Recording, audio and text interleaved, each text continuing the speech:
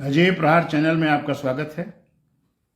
आज देश में जो भी स्थितियां बन रही हैं उनके लिए बढ़ती हुई जनसंख्या और बढ़ती हुई जनसंख्या को लेकर के जो एक सुलभ मानव प्रबंधन होना चाहिए, जिसे ह्यूमन रिसोर्स डेवलपमेंट कहते हैं, मानवीय संसाधन विकास, उसका अभाव, ये दो मूल कारण हैं हमारे यहाँ समस्याएं बढ़ने का। और इस पर आज़ादी के बाद से सरकारें लीपापोती कर रही हैं। 1947 के आसपास हमारी आबादी कोई 30 करोड़ कहता है, कोई 36 करोड़ कहता है, लेकिन 51 की जनगणना में शायद 36 करोड़ थी। जिस समय 62 में आक्रमण हुआ, 61 की जनगणना आई, उसमें शायद हम 40 करोड़ हो गए थे। और आज हम 140 करोड़ की बात करते हैं। संसाधन सीमित हैं, अपेक्षाएं असीमित हैं। इनके बीच में संतुलन स्थापित करना यही शासन का कार्य है।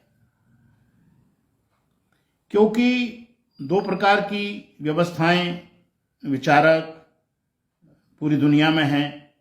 जो एक कहते हैं कि भाई बढ़ती हुई आबादी चिंता का विषय नहीं है, क्योंकि जब वो आते हैं तो दो हाथ लेके आते हैं, अपना एक भाग्य लेके आते हैं।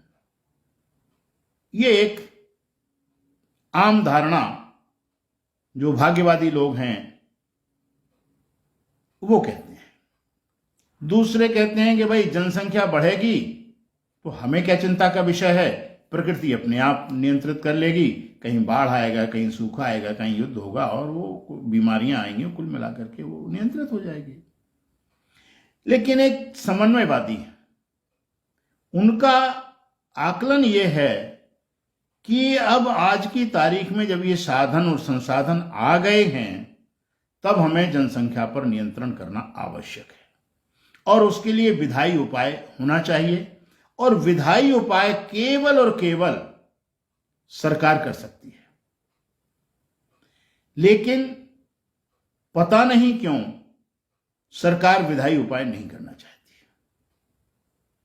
क्योंकि जब जनसंख्या बढ़ती है, आप कितनी ट्रेनें चला लोगे, कितनी बसें चला लोगे, कितनी बिजली पैदा कर लोगे, कितनी सड़कें बना लोगे, कितनी कारें, सब आप बढ़ाते चले जाइए।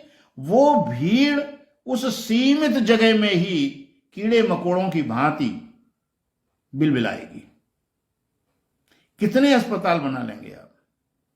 आज बहुत सी बीमारी बढ़ती हुई जनसंख्या की अस्वच्छता के कारण है, गंदगी बढ़ रही है, उसका निस्तारण नहीं कर पा रहे, क्योंकि जनसंख्या दिन दूनी रात चौगुनी बढ़ती चली जा रही है।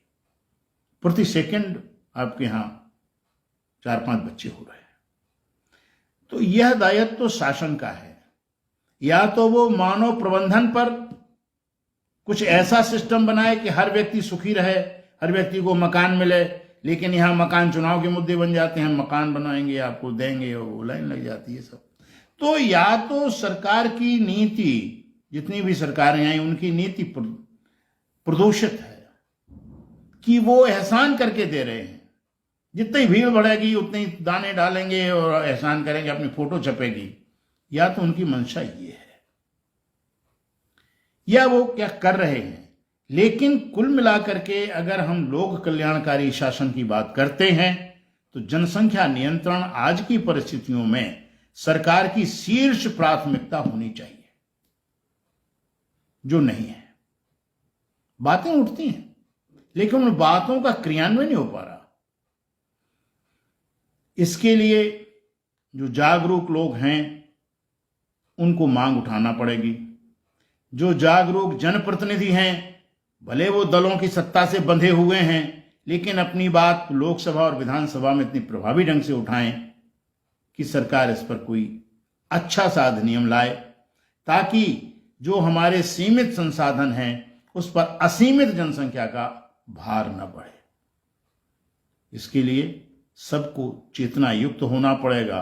इसके लिए सबको कमर कसना पड़ेगी और इन चीजों को जो इस देश की आवश्यकता है, उसके लिए अगर सरकार अपने संकल्प पत्र में या घोषणा पत्र में शामिल नहीं करती, तो अभी सिस्टम होना चाहिए कि जनता अपना घोषणा पत्र करे कि जो सरकार ये करेगी हम उसको वोट देंगे। ये बहुत आवश्यक है, ये जन चेतना आना जरूरी है लोकतंत्र में।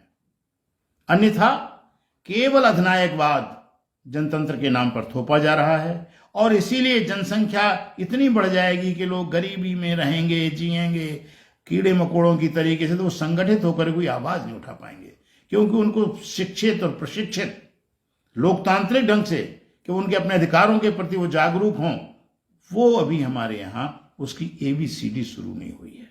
हमारे और कई झुंझुने जरूर चल रहे हैं, लेकिन उन झुंझुनों से सरकारें बन सकती हैं, सरकारों का कल्याण हो सकता है, लेकिन जन कल्याण असंभव है। इसलिए जागिए, उठिए और कुछ कीजिए। इन्हीं शब्दों के साथ धन्यवाद।